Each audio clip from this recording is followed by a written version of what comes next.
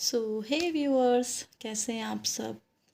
So as we all know that आज का video बनाने का पर्पस मेरा बहुत लोगों के मैसेज आ रहे थे कि मैम हमारा SBI PO and RRB PO plus IBPS PO means तीनों ऐसे टाइम पे हैं कि SBI PO and RRB PO interview is just clashing their dates.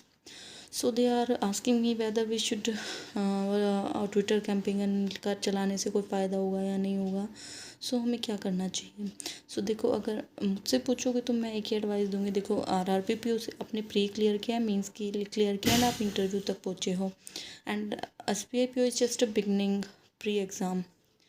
सो मैं तो यही सजेस्ट करूँगी. देखो, आपने RRB PO क्लियर किया तो आप RRB PO के लिए जाइए, बजाय कि SBI PO के लिए. कभी कभार हो जाता है कि एग्ज़ाम वो वाला छोड़ना पड़ता है. सो आप SBI PO को छोड़ के RRB PO पे फोकस करिए, क्योंकि मे बी वो आपका फाइनल स्टेज और वो क्लियर हो सकता है. एंड मे बी कुछ हो जाए उस टाइम तक SBI PO डेट्स चेंज करते हैं. सो मेरी बात करें तो देखो, मेरा 1 नवंबर को 1 बजे RRB PO का इंटरव्यू है, हरियाणा में माइनर रिजॉर्ट रोहतक में है. उसके बाद मेरा 4 नवंबर को 8 बजे सुबह वाले शिफ्ट में SBI PO है. एंड उसके just next day SBI IBPS PO mains है. मेरी डेट्स कोई भी क्लैश नहीं कर रही है. एंड मेरे एग्ज़ाम्स लगभग पास में ही है, तो मुझे इतनी कोई दिक्कत नहीं आएगी. लेकिन ये मेरा पर्पस ये बताना उनके लिए है जिनका वेन्यू काफ़ी दूर दूर है, 300-400 किलोमीटर दूर है. सो देखिए, अगर IBPS PO और SBI PO में आपको चूज़ करने को मिले तो मैं आपको बोलूँगी आप IBPS PO चूज़ कीजिए. And if SBI PO and RRB PO में आपको ऑप्शन मिल रहा है तो then go for RRB PO, क्योंकि वो मेंस फाइनल स्टेज पे है.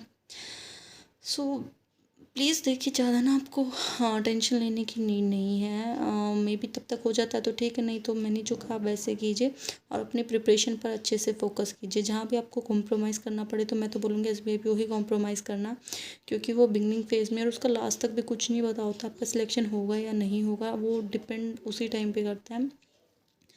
एंड वन मोर थिंग, मेरे साथ ना एक प्रॉब्लम है, जैसे कि 1 नवंबर को RRB PO इंटरव्यू है एंड उस दिन हमारा करवा चौथ का व्रत होता है.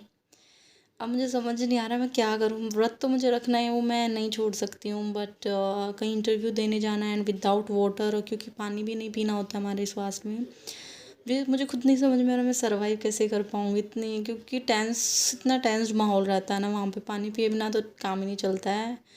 जैसे तैसे मैं खुद एडजस्ट करूँगी. 1 बजे का मेरा इंटरव्यू है, ना तो वो सुबह का ना शाम का. मैं घर पे कहीं 7, 7:30, उसके बाद ही मैं अपना व्रत खोलूँगी. पूजा वगैरह सब उसी टाइम होगा. बट कोई नहीं, मैं इंटरव्यू ज़्यादा इम्पोर्टेंट है. इसके अलावा आपने मुझसे पूछ रही थी कहाँ से प्रिपेयर करो. देखो, मैं बार बार वहीं कहूँगी, मेरे सेम सोर्सेज रहेंगे. मैं जस्ट PDF से कुछ भी जो मुझे लग रहा है मेरे से पूछे जाएंगे वो मैं पूछ रही हूँ. और मेरा लास्ट ईयर का एक्सपीरियंस पूछे तो मेरा इंटरव्यू अच्छा गया था, मतलब एवरेज था. मुझे ज़्यादा कुछ खास नहीं लगा था अपना इंटरव्यू. सो मैंने जब एंटर किया तो उन्होंने मुझे बैठने के लिए बोला. सो उन्होंने मुझसे पूछा इंट्रोड्यूस योर सेल्फ. तो मैंने अपना इंट्रोडक्शन दिया एंड मैंने अपने इंट्रोडक्शन में अपने हस्बैंड के बारे में बताया that my husband is serving in Indian air force. So उन्होंने मुझसे पूछा आप अपने हस्बैंड के साथ क्यों नहीं रहते. तो मैंने बता दिया था कि मेरे हस्बैंड एक ही हैं, उनके कोई और मेरी इन लॉज के और कोई बच्चे नहीं हैं. सो अभी मैं पहले उनके साथ रहती थी, लेकिन लास्ट ईयर से मैं अपने इन लॉज के साथ रह उनके केयर करने के लिए, साथ में मैं पढ़ाई भी कर लेती हूँ. तो उन्होंने मुझे बोला बहुत अच्छे हैं. दैन मुझ पर क्वेश्चनों का पहाड़ टूट जाता है. पहले मुझसे मैम क्वेश्चन पूछती हैं, वो मुझसे सारी रेशियोज़ जितने भी अकाउंटिंग में रेशियोज़ आते हैं वो सब पूछ लेते हैं. मोस्टली मैं सब बता देती हूँ, बट मुझे एक उन्होंने मुझसे पूछा एसिड टेस्ट रेशियो क्या होता है, और मुझे इस टाइम बिल्कुल याद नहीं आ रहा था. हालांकि मुझे इसका आंसर पता था बट मैं श्योर नहीं थी, तो मैंने कहा नहीं मैम मुझे नहीं पता है.